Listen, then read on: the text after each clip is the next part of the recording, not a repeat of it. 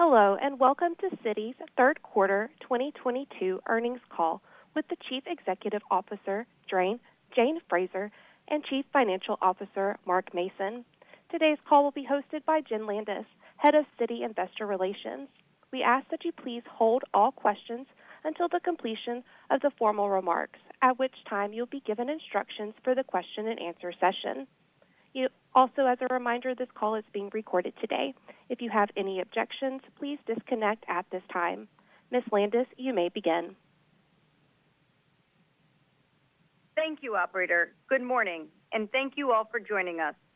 I'd like to remind you that today's presentation, which is available for download on our website, citigroup.com, may contain forward-looking statements which are based on management's current expectations and are subject to uncertainty and changes in circumstances.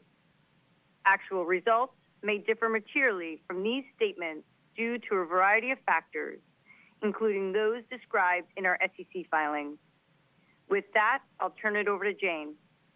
Thank you, Jen, and thanks everyone for joining us today. Well, we are certainly still living through interesting times, and overall, I am pleased with how our bank is navigating through them. As you'll hear from me shortly, we continue to focus intensely on executing our strategy and our transformation as we outlined at Investor Day, whilst supporting our clients in this complex environment. So before I get into the quarter, let me highlight some observations about what we see going on around the world, given our unique vantage point.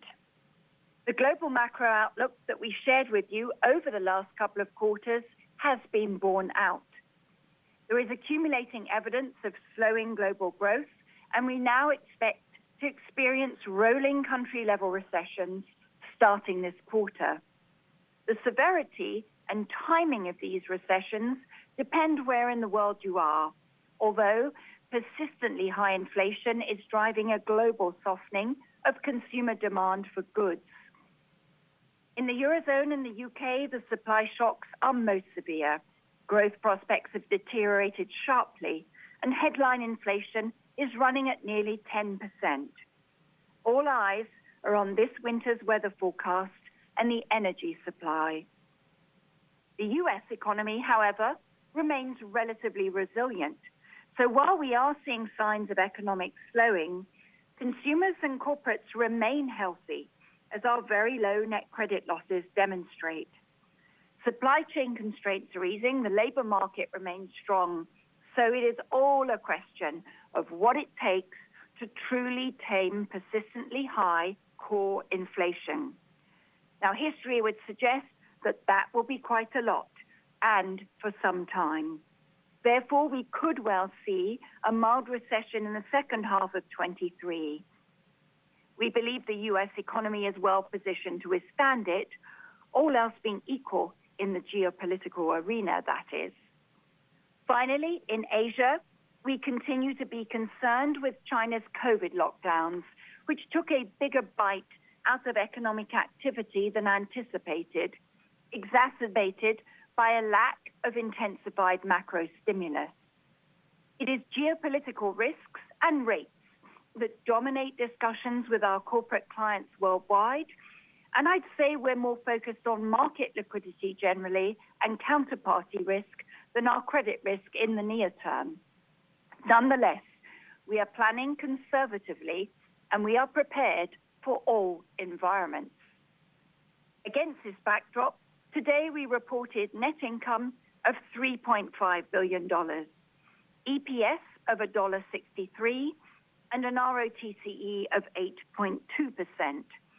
We grew revenues by 6%, including a gain on sale of our consumer business in the Philippines. While we had excellent performance in some areas, our results could have been better in a few others.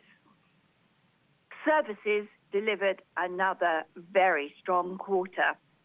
TTS saw revenues up 40% year over year, with growth in each business and in fees. Key drivers of our strategy, such as wallet share, trade loan originations, and cross-border transactions, are all trending strongly in the right direction and are ahead of our plan. Security services was up 15%, despite assets under custody being impacted by the declines in equity markets.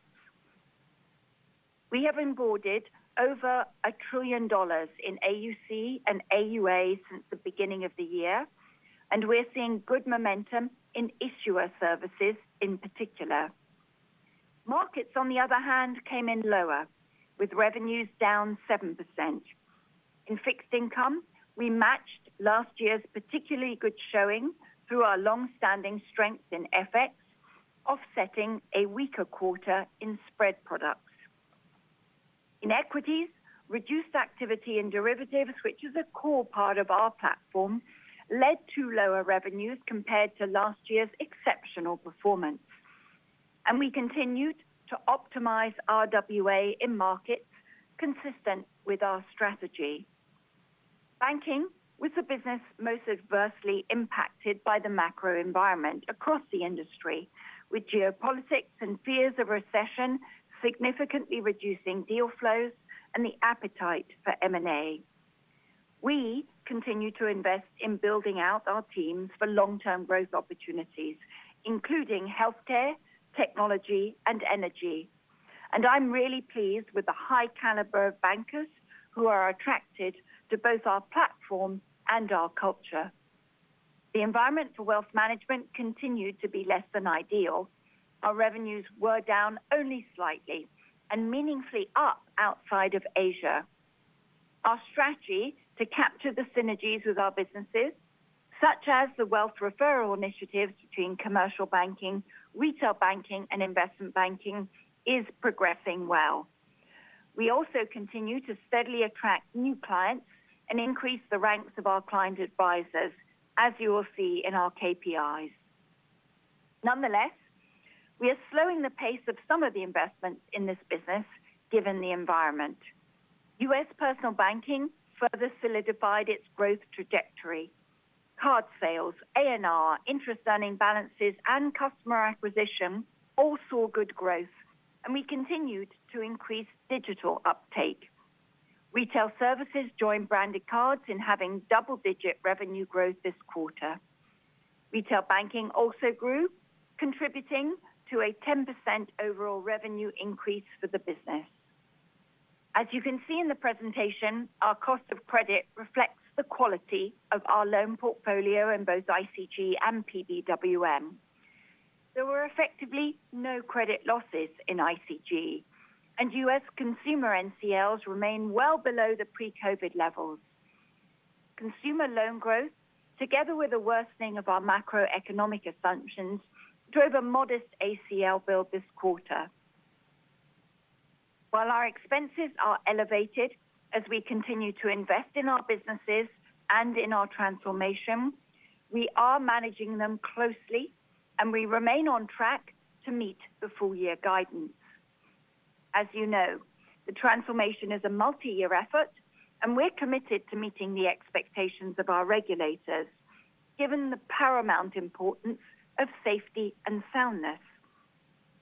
We continue to be in constructive dialogues with them and are updating our execution plans as appropriate.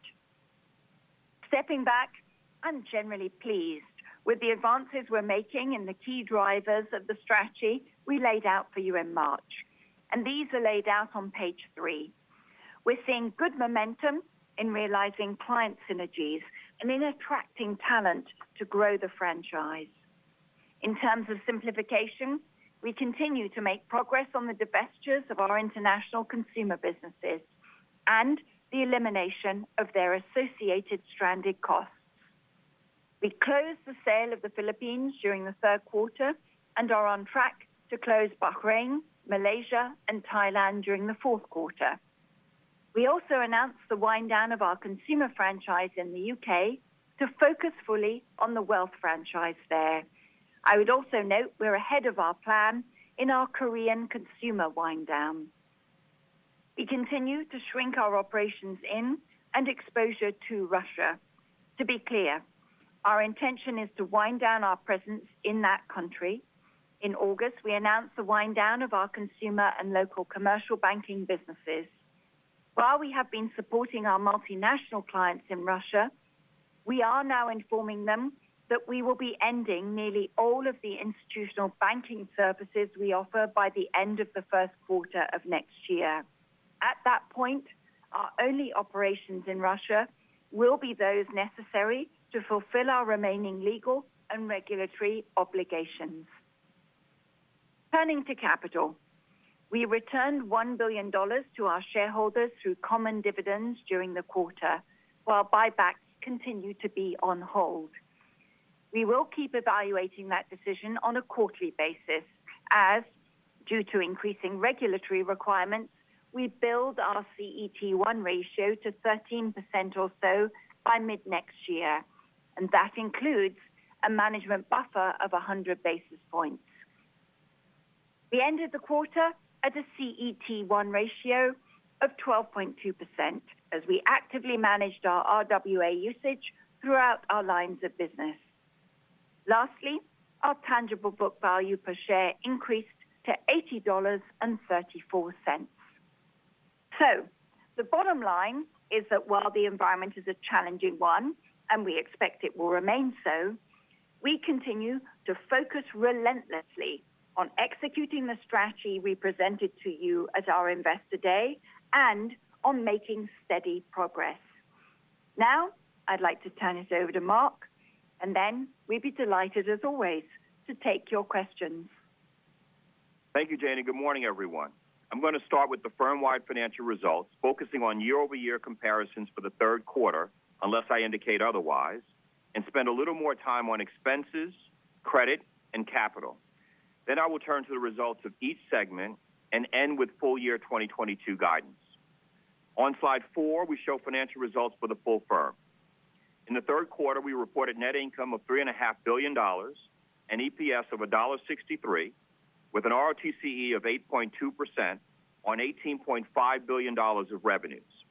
Embedded in these results are pre-tax divestiture-related impacts of approximately $520 million, largely driven by a gain on the sale of the Philippines consumer business. Excluding divestiture-related impacts, EPS and ROTCE would have been $1.50 and 7.5% respectively.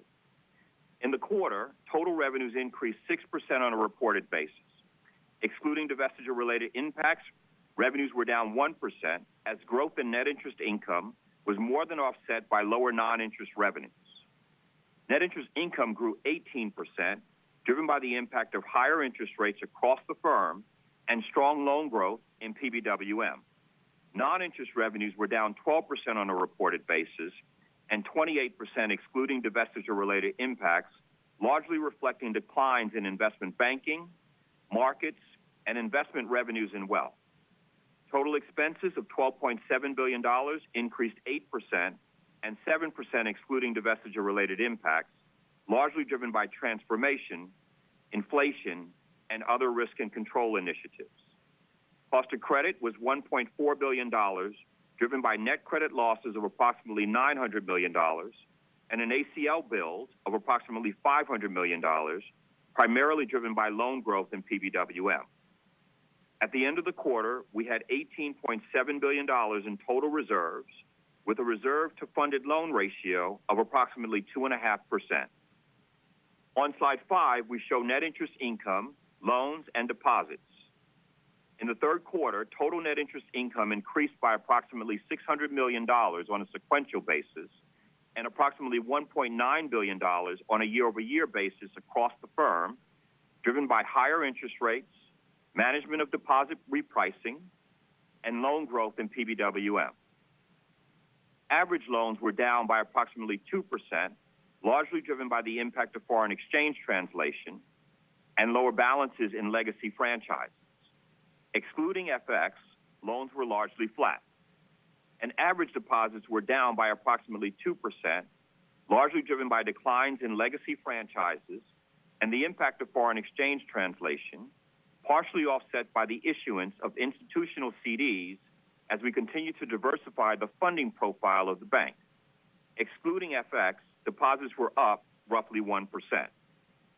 And sequentially, our net interest margin increased by 7 basis points. On slide 6, we show an expense walk for the third quarter with the key underlying drivers. As I mentioned earlier, expenses increased by 8% and 7% excluding the impact of divestitures. 2% of the increase was driven by transformation investments, with about 2/3 related to the risk, controls, data, and finance programs. And approximately 25% of the investments in those programs are related to technology. As of today, we have over 10,000 people dedicated to the transformation. About 1% of the expense increase was driven by business-led investments as we continue to hire commercial and investment bankers, as well as client advisors in wealth. And we continue to invest in the client experience, as well as front office onboarding and platforms. 1% was due to higher volume-related expenses across both PBWM and ICG.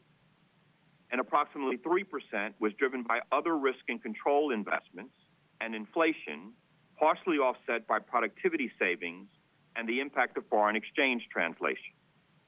Across all these buckets, we continue to invest in technology, including systems and hiring people, resulting in our technology-related spend up approximately 16% for the quarter.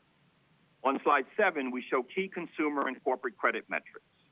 Over the last several years, we've been disciplined with our loan growth and consistent with our risk appetite framework. This framework includes credit risk limits that consider concentrations including country, industry, credit rating, and in the case of consumer, FICO scores. And importantly, these limits apply across the firm in aggregate. And we continuously analyze our portfolios and concentrations under a range of stress scenarios. As a result, we feel very good about our asset quality and reserve levels. As I mentioned earlier, our reserves to funded loan ratio is approximately 2.5%. And within that, PBWM and U.S. cards is 3.7% and 7.5% respectively, both right around day one CECL levels. In PBWM, the majority of our card portfolios skew towards higher FICO customers. And while we have started to see signs of normalization in both portfolios, NCL rates continue to be less than half of pre-COVID levels. In our ICG portfolio, of our total exposure, over 80% is investment grade, and non-accrual loans remain low and are in line with pre-pandemic levels at about 40 basis points of total loans. So, we are well reserved for a variety of scenarios, and we continuously evaluate our scenarios to reflect the evolving macro environment. On slide 8, we show our summary balance sheet and key capital and liquidity metrics. We maintained a very strong balance sheet. Of our $2.4 trillion of assets, about 23%, or $557 billion, are high-quality liquid assets, or HQLA. And we maintained total liquidity resources of approximately $967 billion. The combination of earnings generation, capital from exits, and RWA optimization drove our CET1 ratio up by about 25 basis points to approximately 12.2% on a standardized basis, which remains our binding constraint. And our tangible book value per share was $80.34, up 2% from a year ago. On slide 9, we show a sequential CET1 walk to provide more detail on the drivers this quarter and our target over the next few quarters.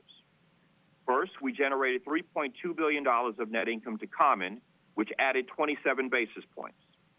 Second, we returned $1 billion in the form of common dividends, which drove a reduction of about 8 basis points. Third, the interest rate impact on AOCI through our AFS investment portfolio drove a 5 basis point reduction. Fourth, changes in the DTA drove a 3 basis point reduction. And finally, the remaining 14 basis point increase was largely driven by net RWA optimization. In light of our increasing regulatory capital requirement, we ended the quarter with a 12.2% CET1 ratio, 25 basis points higher than last quarter. Importantly, 12.2% is above our current regulatory requirement of 11.5% as of October 1st, and above 12%, which will be our regulatory requirement as of January 1st of next year. As we said last quarter, we continue to gradually build to a CET1 target of approximately 13% by mid-year 2023, which includes the current 4% SCB and a 100 basis point management buffer. On slide 10, we show the results for our institutional clients group. Revenues were down 5% as strong growth in services was more than offset by lower revenues across markets and banking. Expenses increased 10%, driven by transformation, business-led investments, and volume-related expenses, partially offset by productivity and foreign exchange translation. Cost of credit was driven by a reserve build of $86 million. While deterioration in certain macro variables did lead to a build, it was mostly offset by the release of a COVID-19 related uncertainty reserve and a release related to direct exposures in Russia. This resulted in net income of approximately $2.2 billion, down 30%. Average loans were up 1%, driven by 9% growth in TTS loans, partially offset by the impact of foreign exchange translation. Average deposits were down 2%, also largely driven by foreign exchange translation. And ICG delivered an ROTCE of 9%. On slide 11, we show revenue performance by business and the key drivers we laid out at Investor Day, which we will show you each quarter. In services, we continue to see a very strong new client pipeline and deepening with our existing clients and expect that momentum to continue. In Treasury and Trade Solutions, revenues were up 40%, driven by 61% growth in net interest income, as well as 8% growth in NIR across all client segments. We continue to see healthy underlying drivers in TTS that indicate consistently strong client activity, with U.S. dollar clearing volumes up 2%, cross-border flows up 10%, commercial card volumes up roughly 50%, and average loans up 9%. So, while the rate environment drove about 40% of the growth this quarter, business actions drove the remaining 60%. This includes continuing to manage deposit repricing and deepening with existing clients and significant new client wins across all client segments. Through the first half of the year, based on the industry data that we see, we estimate that we gained over 60 basis points of share with large corporate clients. And client wins are up approximately 20% across all segments, including wins with financial institutions, which are up almost 50%. These include marquee transactions where we are serving as the client's primary operating bank.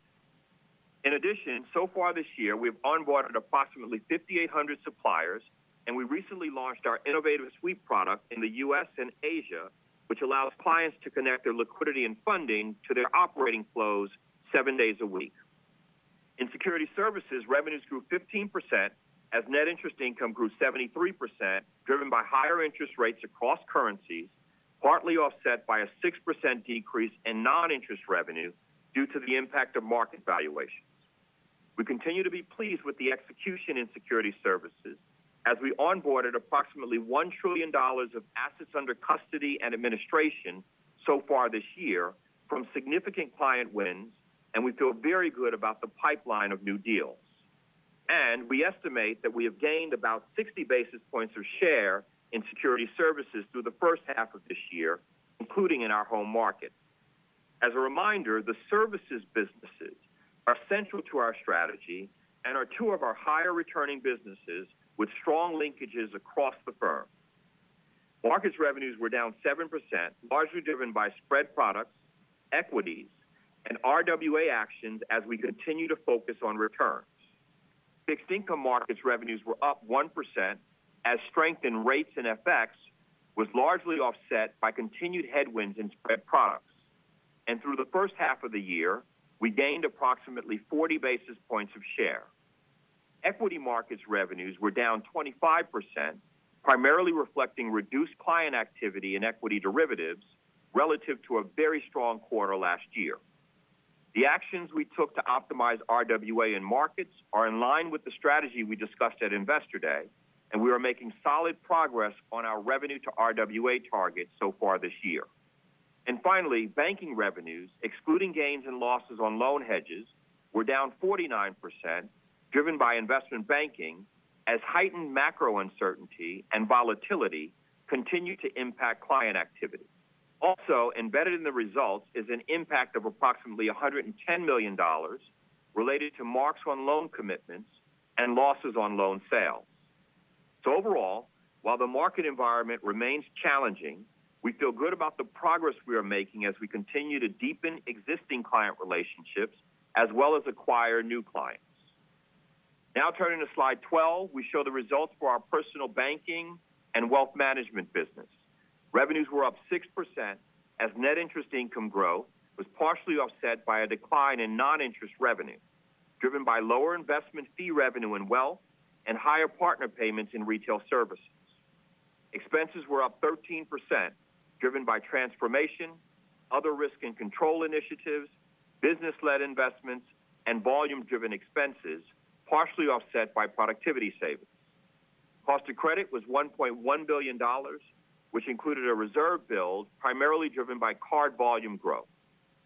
NCLs were 13% higher year over year from near historically low levels, reflecting normalization, particularly in retail services.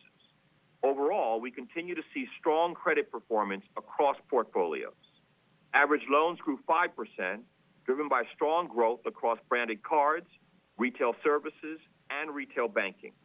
Average deposits grew 1%, driven by growth across retail and wealth, partially offset by foreign exchange translation. And PBWM delivered an ROTCE of 9.7%. On slide 13, we show PBWM revenues by product as well as key business drivers and metrics. Branded cards revenues were up 10%, driven by higher net interest income. We continue to see strong underlying drivers with new account acquisitions up 10%, card spend volumes up 14%, and average loans up 12%. Retail services revenues were up 12%, also driven by higher net interest income, partially offset by higher partner payments. So, despite payment rates remaining elevated, the investments we've been making contributed to growth in interest-earning balances of 9% in branded cards and 7% in retail services, and we expect to continue to grow these balances in the fourth quarter. Retail banking revenues were up 2%, primarily driven by interest rates and deposit growth. Wealth revenues were down 2% as investment fee headwinds, particularly in Asia, more than offset net interest income growth. Excluding Asia, revenues were up 4%.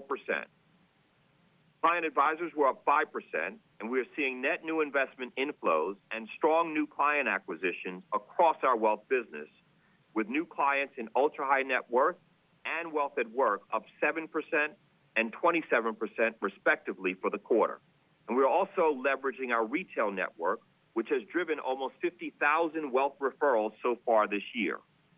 While the environment continues to remain challenging, we are seeing strong underlying business drivers as we execute against our strategy. On slide 14, we show results for legacy franchises. Revenues increased 66%, primarily driven by the Philippines gain on sale in the quarter and the absence of the Australia loss on sale in the prior year period. Excluding these items, revenues were down about 12%, largely due to the loss of revenues from the Australia and Philippines closing, as well as the impact of the Korea wind down. Expenses increased 6%, driven by divestiture impacts in Asia and Mexico. Loans and deposits decreased as a result of the reclassification of signed exits to other assets and other liabilities, the closing of the Philippines sale, and the impact of the Korea wind down. On slide 15, we show results for corporate other.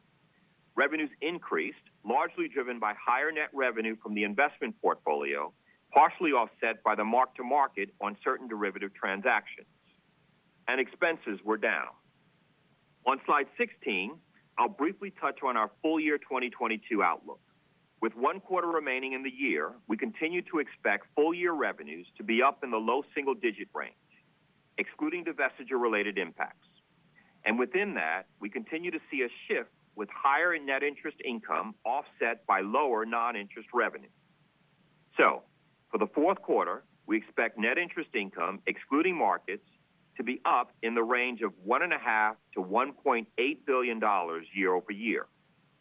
Clearly, where we land within that range will be a function of a number of factors, including rates, loans, and deposit volumes, deposit betas, and currency impacts. Regarding full-year expenses, we continue to expect expenses to grow by 7 to 8%, excluding divestiture-related impacts. In terms of cost of credit, it will be a function of the evolution of the macro environment, normalization that we continue to expect in the cards businesses, and loan growth.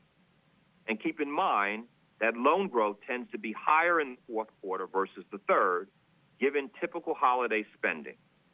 Before we move to Q&A, I'd like to end with a few key points. We continue to execute on the strategy that we laid out at Investor Day. We are seeing solid momentum in the underlying drivers of the majority of our businesses.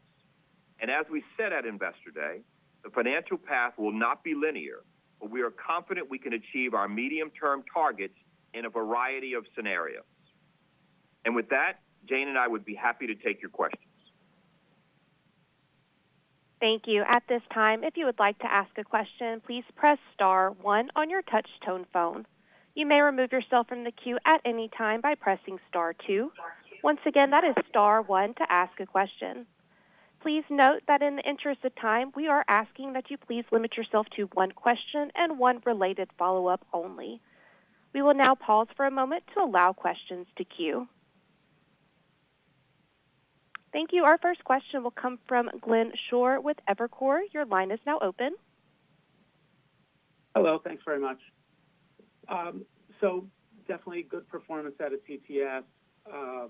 Rates help a ton, but I see loan growth and fees, and I heard your comments about growth across all client segments. I wonder if we could peel back the onion a drop and talk about those two in separate pieces. One is 61% year-on-year NII. How do betas factor in and go forward over the next year in terms of higher rates and how that factors through? And then two, what specifically is growing within TTS across those client segments to drive that high single-digit growth? Sure. Good morning, Glenn. Why don't I take that and kind of take it in two pieces, the two pieces that you laid out. So as you know, Glenn, when we think about our business just in aggregate, there's obviously a split between the institutional and the consumer side. Our TTS business, which is on the institutional side, and these corporate clients, they tend to have higher betas in general than obviously the retail banking side. What we've seen is that the betas have been increasing. They're still running lower than what we had expected, but again, they have been increasing. And with continued expected rate increases, I would expect that those betas will continue to rise, in the coming quarters.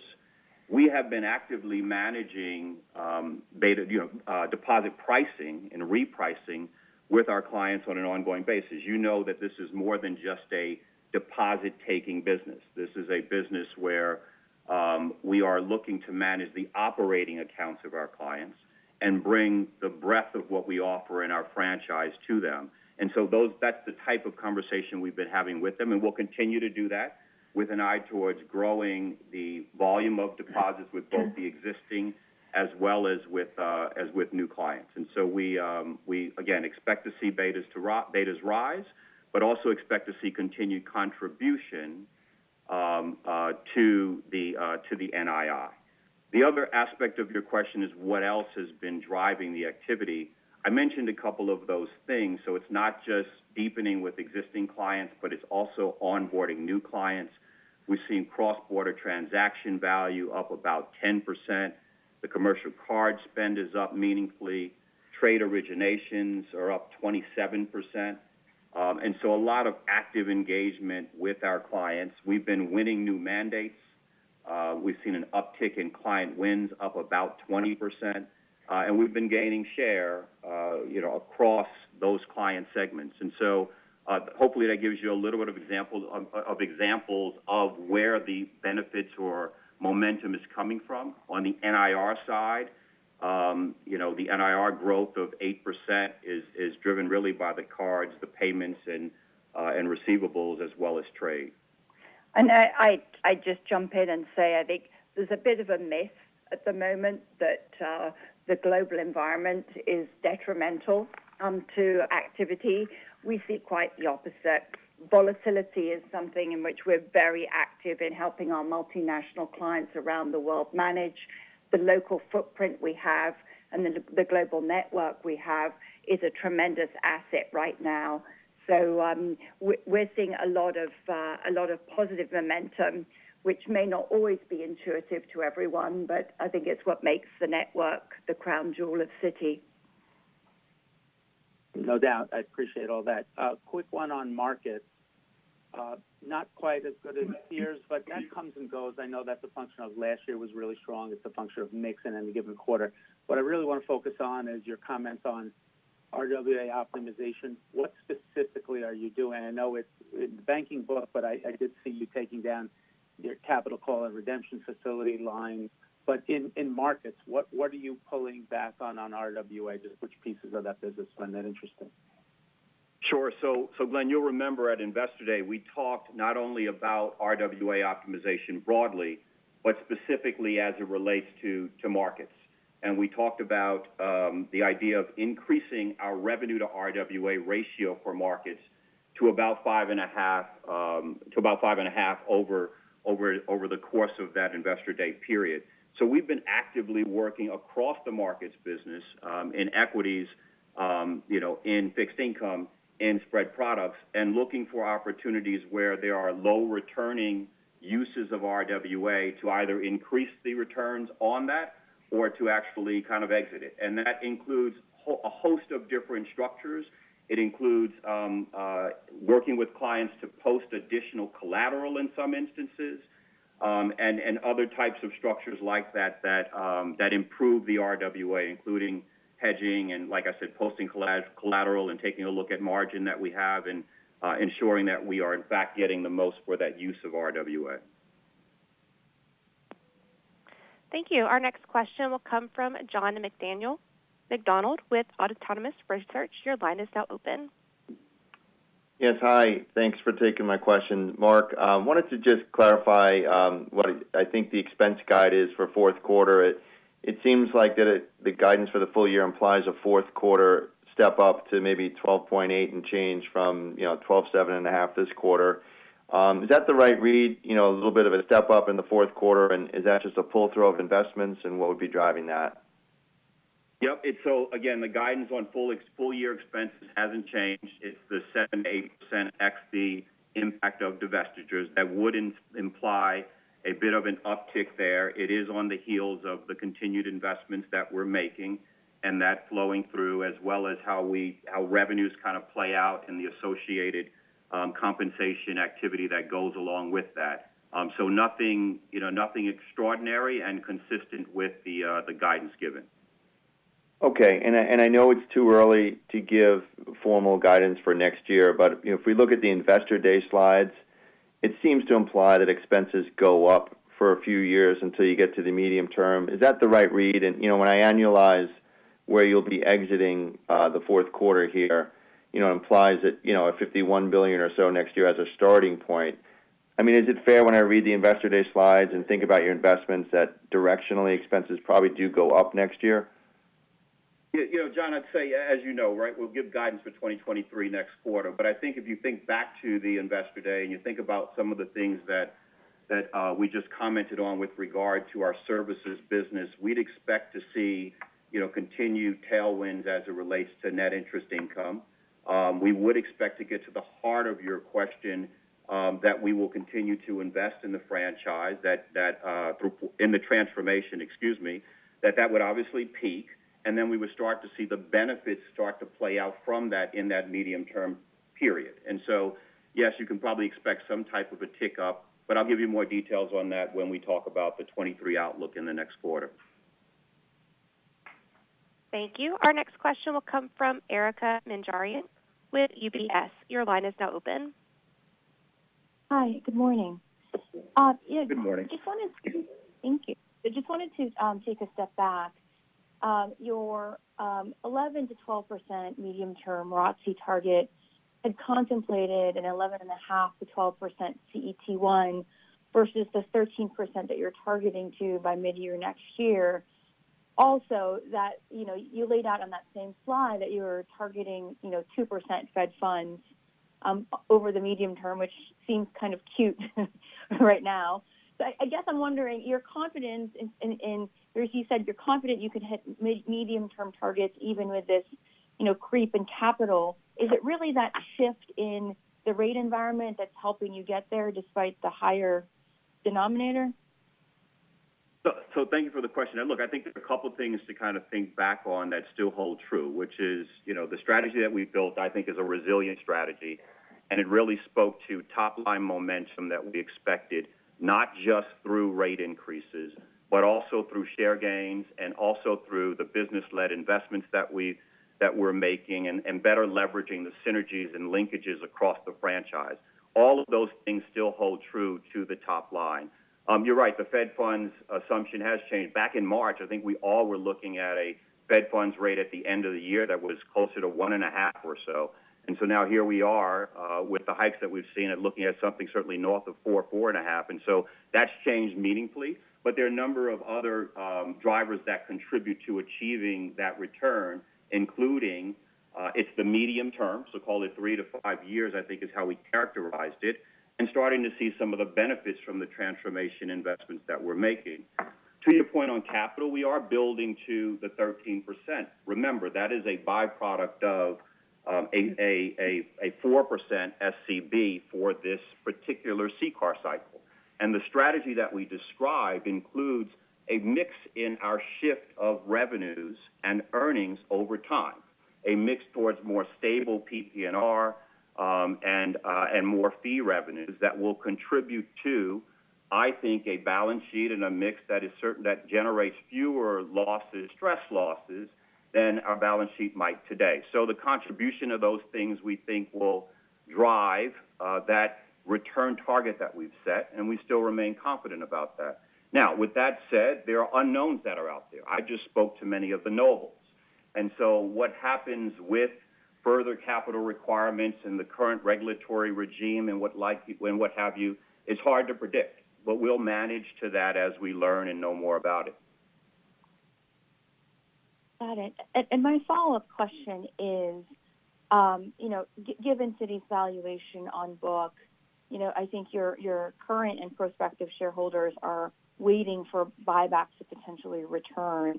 I guess a two-part question here. Number one, especially if you think you could stabilize your PPNR in a stress test, why 100 basis point management buffer versus, one of your peers at 50 that reported today? And secondarily, as we think about the return of buybacks, I imagine that once you hit that 13%, that's the buybacks could return. But how does the Banamex sale potentially impact the timing? As I recall, there's a currency translation adjustment that could be negative upfront at announcement to CET1, but you get that all back during close. So I guess the real big question here is, how should we think about what are the mile markers for the return of buyback activity at Citi? Okay, thank you, Erica. There's a lot there to unpack, so if I forget anything, just please remind me. But I start at the beginning, which is, I know where we trade in terms of book value, and, I'd love to be in a position, where we were buying back given that valuation. With that said, we're going to take it quarter by quarter, as I think you've heard us say, and evaluate what buyback decisions and capital actions make the most sense in light of the environment that we're managing through. We're clearly managing through, an uncertain environment. We do, as I just said, and as you kind of mentioned as well, we do see our business mix shifting over time on the heels of our strategy. I do think that over time that will contribute, as I said, to the capital requirements that we have, but that's over the medium term. And we do still see a fair amount of volatility in the stress capital buffer. And part of the reason that we have the management buffer is to deal not only with that uncertainty in the SCB, but also in interest rates. And we're seeing volatility in both, frankly. And so we'll continue to evaluate the management buffer as well to see what makes sense as we move towards that medium term. In terms of the Mexico transaction, you're right in terms of we have mentioned before the CTA component to that. That is a timing difference We have factored that in to the path to our 13% by middle of next year, and have factored that into achieving the longer-term targets that we set for ourselves. Thank you. Our next question will come from Mike Mayo with Wells Fargo Securities. Your line is now open. Hi, can you hear me? Yes, we can, Mike. Morning. Look, I look at the global network as a curse and a blessing. I guess the curse part is simply the complexity and the expenses. And Mark, you said expenses should go up higher next year. Or you're not going to tell us for a few more months, but I'm just wondering when you think you can grow revenues faster than expenses. Again, it's not new news, the revenues and expenses. You guided it, and you're within that range. It's just, do we have to wait a year or 3 years or how long for that complexity to get more simplified so revenues can catch up to that expense growth? And then on the blessing side, Mark, you said gain share in those client segments. And I thought that was a little vague. I mean, you talked about trade, you talked about other activity connecting multinational corporations in this period of volatility. So if you could put a little more meat on the bones as far as when you talk about market share and those tailwinds on the revenues while you have the headwinds on the expenses from the global network. Hey, Mike, it's Jane. I'm jumping in because I do want to talk a bit about your point on the global network here. I have to tell you, I'm hard-pressed to find a negative to the global network. We start off with the vision for the bank that we laid out in March. It is to be the preeminent banking partner for clients with cross-border needs. Who are those clients? It is 5,000 multinationals and their subsidiaries. It's institutional investors and the ultra-high net worth clients with a heavy tilt to family offices. And we serve them on FX, on liquidity management, on their payroll, on their supply chain, as well as strategic advice, financing, etc. That's $4 trillion in daily volume. 80% of that credit portfolio is investment grade. So when we're looking at it, it's the multinationals that take a higher risk country. It's the client base we're serving there are the global multinationals much more than the local players. And so this is not this is a relatively simple, high returning, very well growing as we're seeing at the moment, capability that is exceedingly hard to replicate. So let me pass over to Mark in terms of what are some of the examples of different areas of the drivers of growth. Yeah. But this is as I said at the beginning, this is a crown jewel. It's not a source of complexity for the bank. Yeah. So Mike, I'd say a couple of things. One, what I said was that, we continue to gain share, and I referenced specifically about 60 basis points of share with large corporate clients. And we we're also winning mandates and gaining share with other client segments as well. You know that the commercial banking client segment is one that we're focused on, given the strength of our platform and its applicability to those size clients as well. I mentioned that our wins are up, and specifically they're up 20%, the mandates that we're winning across all client segments. And that specifically with FIs, they're up almost 50%. So hopefully that gives you some sense of where the revenue growth is coming from. The takeaway there is it's both existing as well as new clients as we kind of continue to build out the platform and build out our capabilities to reach them. The second part of your question was around expenses and expenses growing and when will we have top-line growth that exceeds the expense growth. And I'd remind you that the work we're doing on the transformation, as well as the business-led investments, are multi-year, almost by definition, and important in order to derive savings in our structural cost base over time. And at Investor Day, I think I pointed to, by the time we got to that medium-term period, we would see our operating efficiency go down to less than 60%. I think we've been very deliberate about trying to give you guidance and update you on guidance for the full year and along the way, and we'll be consistent in that discipline. And I can certainly give you more color on 23 as I mentioned earlier to John in the next quarter. So just one clarification: when you say you've gained 60 basis points of share with large corporate clients, what do you mean by share? Share of what? Yeah, of wallet, 60 basis point, not 50, 60. So market share with them. Thank you. Our next question will come from Ebrahim Poonawala with Bank of America. Your line is now open. Good morning. I guess Mark wanted to clarify your NII guide for 1.5 to 1.8 is just total NII, right? It's not X markets or anything. It is X markets. It is X markets. Any perspective or view on where you see markets heading in fourth quarter, just given what's happened with the rate backdrop?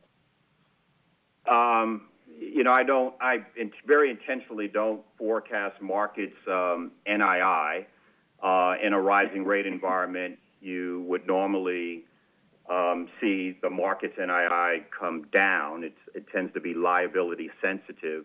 But we tend to focus on, as you probably heard me say a number of times, total revenues for this business. And I guess what I'd highlight is that in periods of uncertainty and lots of market volatility, our businesses tend to perform, well.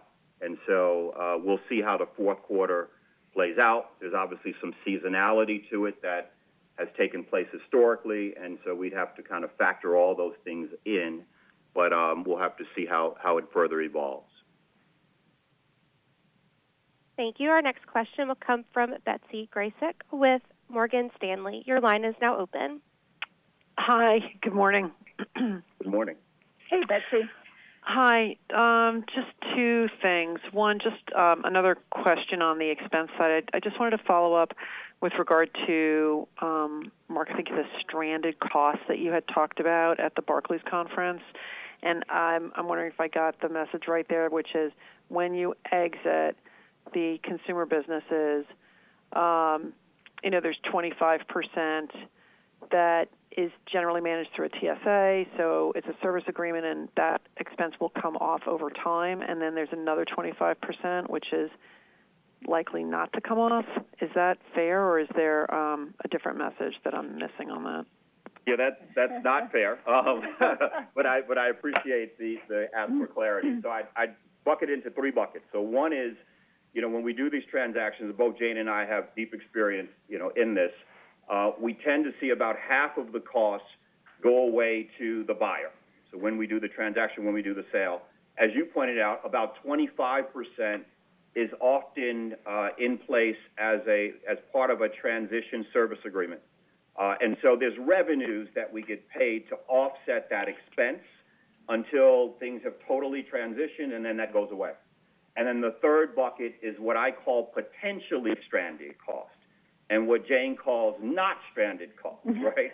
And that is, I say potentially because they're regional expenses that get allocated to countries, for example. They're global expenses that get allocated to the region and to the countries, for example. And what we have to do and what we're doing is we're attacking what would otherwise be stranded costs. And we're attacking that by telling each of the functions and the business that here's your portion of that 25%, and come back and tell me how you're going to rethink your org structure, simplify your processes in order to drive that cost out of the company, right? And so that's what we've been doing. Remember, the expense base here is probably $7 billion. So you can break down kind of the population that we're talking about. We've already stood up a team to work with each of the businesses and each of the functions around getting in front of that cost so that we can drive that down over the near-term period of time. And as a Scotsman, I just can't help myself but jump in here. I think as Mark's, I'm smiling at Mark here, Mark and I are both pretty maniacally focused around this. But I'd say, at the moment we've had a couple of the divestitures close. We have another 3 next quarter, and this continues on. We already started on Australia and the Philippines, and getting those expenses down, as Mark said. There is going to be, and we will not be shy in capturing it, an opportunity to simplify our organization further next year when we have more of the divestitures closed, and streamlining more of our regional management structures, more of the expenses at the global level. So there is more to come on that, and we'll be looking to do that as I indicated at Investor Day. That will be an important part once more of the divestitures are closed, starting in 23, going into 24. Right. So your Mark's potentially stranded costs, and Jane, your no stranded costs. The no stranded cost is in the guide medium term. In terms of yes. the time to get it out, is that yes? Yes. And I think that's why, as Mark talks about expenses, you've got to look at the various different dynamics that are going on. So yes, we've got investments into the transformation at the moment. Many of those translate into better efficiency, as well as a safer, stronger firm. The divestitures translate into lower costs, but also we eliminate the stranded costs and we simplify the organization. So you've got a number of different factors that we will make completely transparent to you at play in our expense base from a more structural dimension in the quarters ahead. Thank you. Our next question will come from Matt O'Connor with Deutsche Bank. Your line is now open. Hi. Can you guys talk about the pace of addressing some of the regulatory issues out there? You know, on the one hand, you got out of the AML consent order earlier this year, which I think was a very big positive. But on the other hand, there was an article last month suggesting regulators want you to go faster. And I think we all know regulators always want banks to go faster in addressing these issues. But I did want to ask the question. Thank you. Yeah, we all want things to go faster. Both our clients, our shareholders, the management team, regulators, the board, all. So I think we're fully aligned there.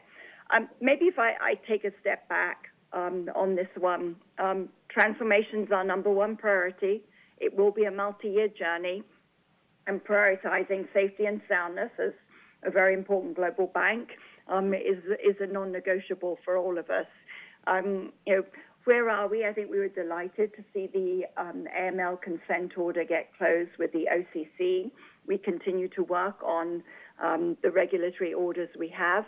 I have to say we have constant and constructive engagement with our regulators that personally I find them to be very helpful and essential to our success. We have got a lot to get done. As you can see from the hiring numbers, we've been investing heavily in the talent and the resources that we need. As we've also said, this is not only going to benefit our safety and soundness, but also in terms of our client excellence and delivery, and ultimately for our shareholders as well. I think the foundation that we need for this is largely in place. And so Mark and I, and frankly the whole management team, we're very focused on continuing to execute on the various plans we submitted and the overall transformation of Citi from a strategic and another dimension. We obviously can't give more details than that because this is confidential supervisory information, but I hope that gives you a good feel. And I guess when you say the foundation's largely in place, like what are some of the things that are missing, or is it just a matter of, say, executing on the divestiture? Yeah. It's timing. So some of the areas, for example, where we're making technology investments, those ones where we've had fragmented technology platforms, we're migrating them into a single platform or onto an industry standard where we've not been on one that is what we want for the future and the scale and pace of the future. Those things take some time to put in place. But you can see from the investments we've made, both headcount and the shift from consulting to much more of our own people. You'll see the technology increase in that shift as well. So some of that's just the natural progression you'd expect over time. Thank you. Our next question will come from Jim Mitchell with Seaport Global. Your line is now open. Hey, good afternoon. Maybe just on deposits and behavior, you guys clearly have a different mix by geography and by business. Deposits ex currency were up 1%. Your peers were down close to 3%. So how do we think about deposit behavior going forward, given your mix of geography and business? Is it just overseas rate hikes have been, behind the curve versus the U.S., but we'll start to see more deposit outflows over there, or do you think your deposits can hold up a little better? It's a great question, and so why don't I take that? So a couple things, and you started to allude to it. The first is that when you think about our business, you've got about between ICG and our PBWM business of 65-35%, split in terms of the deposits. You also have a U.S. dollar denominated versus non-U.S. dollar denominated split that is pretty meaningful as well. And then to your point, we've got different currencies and different rate hikes by different central banks around the world. And that then is juxtaposed against different beta behavior from customers. And so on the ICG side, we tend to see, higher betas, and obviously with rates increasing at a more rapid pace, we expect those to get closer to our expectations in the near term. We're starting to see many more hikes around the globe or outside of the U.S., and so again, we expect to see betas which move or operate at a much lower pace level outside of the U.S., but start to tick up. And so over time, I think we will see continued tailwinds from an NII as the differences between U.S. and non-U.S. activity, play out, and so that should has played to our benefit, I think, and should continue to play to our benefit. If you think about what I've talked about before in terms of our IRE, our interest rate exposure, and the cash flow approach that we are moving towards taking, in some ways it captures exactly that point. And so this is, if you see a 100 basis point move in the curve cross currencies, we're looking at as much of as a $2.2 billion increase. And when you look at that increase, it skews more heavily towards the non-U.S. dollar than the U.S. dollar. And that is in part because of the different moves in rate curves by currency, as well as the different betas by client type in U.S. versus non-U.S. Right. Okay, that's really helpful. And then maybe just second question, just on the impact in the fourth quarter. You have your closing on 3 divestitures. How do we think about the P&L and capital impact of that in the fourth quarter? I think I talked about the idea of the divestitures contributing close to $3 billion for the full year, or $3.1 or so billion in terms of the capital impact for the full year 2022. The combination of Australia and the Philippines gets us to about 2.1 or so. And so the balance of the divestitures that we've scoped out for the fourth quarter should close that gap. Thailand, Malaysia, Bahrain, the signing of China, et cetera, should close that gap to getting us to that 3.1. With most of that, again, skewing towards the first 3, Thailand, Malaysia, Bahrain. Thank you. Our next question will come from Gerard Cassidy with RBC. Your line is now open. Thank you. Hi, Mark. Hi, Jane. Good morning. Hello there, Gerard. Jane, you talked about your global footprint and the strength that gives you as an organization. And so maybe this question is very appropriate for Citigroup, which is the following. You guys have a real good window into the global financial markets. And then there's been some disruption out there. We all know about what's going on in the UK pension funds. You had the Swiss National Bank come into the New York Fed this week for $6.3 billion of currency swaps. We know there's a large broker having challenges over there. So can you guys give us a flavor? What are you seeing from a stress standpoint? What are the liquidity metrics that you're watching to see if some other stresses pop up, how the global financial markets will handle that? Yeah, it's a very good question. It's one we spend a lot of time on. I think as Mark alluded, we're constantly doing different stress tests on the market, on clients, on different areas. And as I said just in the opening remarks, we're more focused on the liquidity in the market at the moment and the impact on some counterparties, much more than we are on our credit risk. That could change over time, depending particularly what happens from a tail risk on the geopolitics here. What are we seeing going on? I think a lot of the focus is in Europe right now, which is sort of at the center of the storm. We're seeing some areas where the energy supply constraints are impacting some clients. So we're watching industrial production move to the U.S., for example, which are other places where the cost of production is lower. A potential buffer for some of the slowdown in U.S. manufacturing and the like as the demand for goods soften, for example. We're seeing areas where clients on the collateral front, where there's a situation of intense volatility that hits or a surprise drop, as we saw in gilts, is having an impact on liquidity and therefore margining, which is what happens and has been happening with the UK pension funds with the derivatives. So a lot of the areas we look at is what's the collateral behind different institutions, as we had done with the commodity players earlier on in the year. We've been looking at some of the LDIs at the moment, and as we see different stresses, we're jumping on it. I think the central banks are also ready to jump in as needed, and are certainly attuned to the importance of agility in these situations as well, as are large global institutions like ourselves, as to how do we help support the market.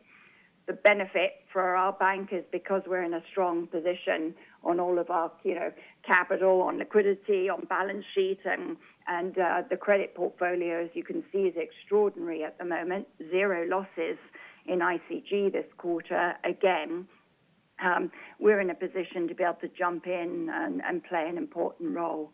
But it's a bit of whack-a-mole, I would say.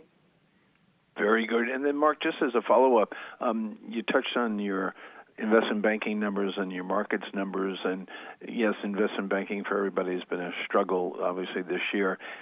Your advisory numbers actually were better than your peers on a year-over-year basis in terms of growth, but DCM was quite a bit weaker. Can you kind of give us a little more color there? And also, how do the pipelines look going into the fourth quarter?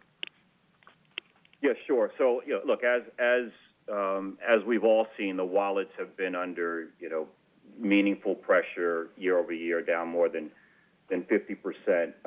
We did show some strong performance in parts of the business. We've been hiring, frankly, as Jane has mentioned before, and filling in gaps that we have across the portfolio in healthcare, tech, energy, et cetera, and feel good about that and are seeing benefits from having made those hires.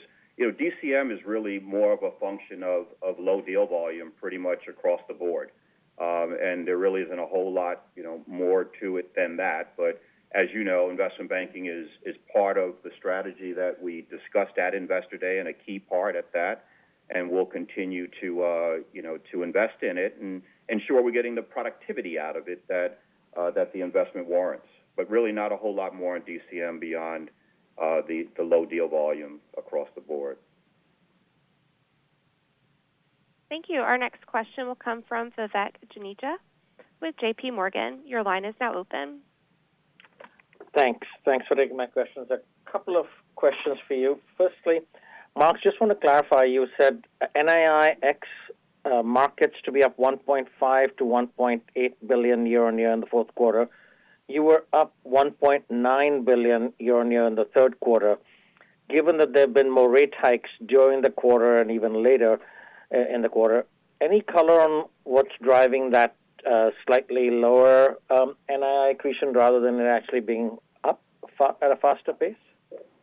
Yeah, again, the important factors here include, volume, what we see in both the loan volume, the deposit volume.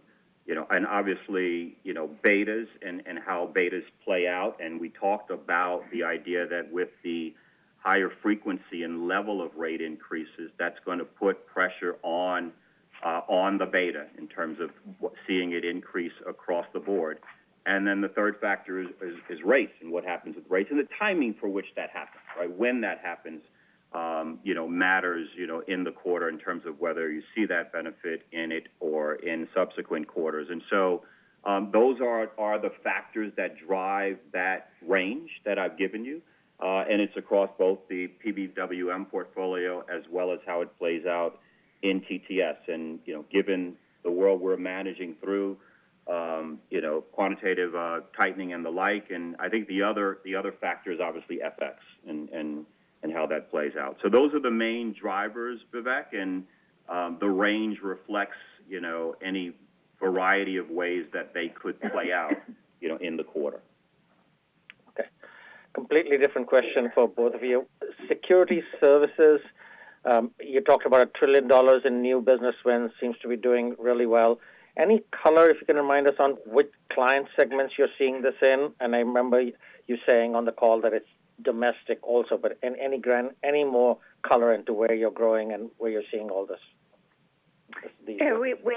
We're seeing this in a number of different areas. That the one that is most material was the win we had with BlackRock in a particularly sizable percentage of business there here in the States, and in a particularly important and accurate and attractive part of the security services business as well.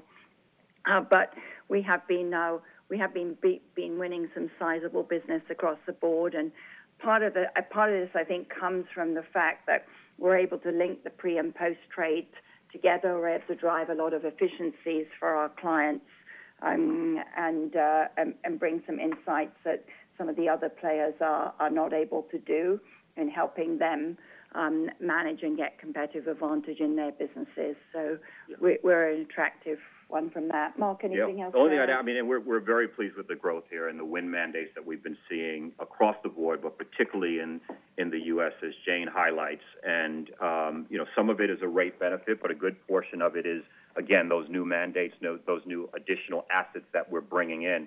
The final point that I'd make on it is that, and I'd reiterate it, I guess, is that this is not only one of our businesses that's growing quite rapidly, but it's also a high returning business for us as well. And so consistent with the strategy that we talked about at Investor Day, and one that reflects linkages across the franchise. And so we feel very good about that. Thank you. Our next question will come from Ken Usdin with Jefferies. Your line is now open. Thanks. Afternoon. Just two quick ones. Mark, you talked about the capital impact of the legacy exits. Is there a way you can dimension how much in the fourth quarter from a revenues and an NII perspective comes out from the legacy? I do not have that in front of me, Ken. I guess if I've got a page in here that reflects the page 22 reflects some of the size of the exit markets, but I do not have that in front of me. I'd have to circle back with you, Ken. Okay, I would assume that's then a part of the prior question about NII trajectory, right? There's a negative impact embedded in that in the fourth quarter as well, right? That's just part of the movement forward. Yeah, that is reflected in the NII guidance, but the major drivers are largely what I referenced. But yes, it would be reflected in it. Thank you. Our next question will come from Mike Mayo with Wells Fargo Securities. Your line is now open. Hi. As a follow-up, why is Citi still banking in Russia when seemingly every other major American company, or most of them, are out of Russia? Hey there, Mike. As I mentioned in my earlier remarks, we are now informing our multinational clients who are operating in Russia. So these are the U.S., European, and Asian core multinationals of the franchise, that we are ending nearly all of the institutional banking services we offer them by the end of the first quarter, of 2023, the cost of which I would add is not material. And so at that point, our only operations in Russia will be those necessary to fulfill our remaining legal and regulatory operations there. It's been very important for those multinationals that we've helped support them as they look at exiting the country and their payroll and other elements as they do so. So they've been able to wind down or exit, and a few of those who've remained. But we will be, as I said at the very beginning, our intention here is to wind down our operation in the country. And then just if you can remind us, you mentioned more dispositions in the fourth quarter. So after 2022, what's left as far as the dispositions that you had mentioned, and how are you tracking with your plan? Yeah, we feel very good about how we're tracking with the plan. Obviously, Mexico, is left. We've got, Vietnam, India, Taiwan, and there's one I'm missing. Indonesia, I think, is one I'm missing. So, those are the ones that are left, and then China, right? So those are the ones that are left in the balance, of 20 or beyond 2022.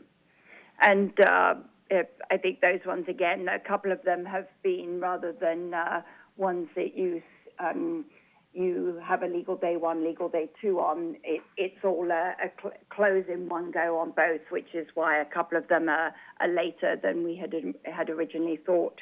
But they're going well, and the work around them and around the stranded costs that relate to them, as we talked earlier, is also going nicely. So we're pleased with the pace, and we are acting on these with urgency, Mike, as you would expect. Thank you. There are no further questions at this time. I'll now turn the call back over to Jen Landis for closing remarks. Thank you, everyone, for joining us today. If you have any follow-up questions, please reach out to the IR team. Thank you. Thank you. This concludes Citi's third quarter 2022 earnings call. You may now disconnect.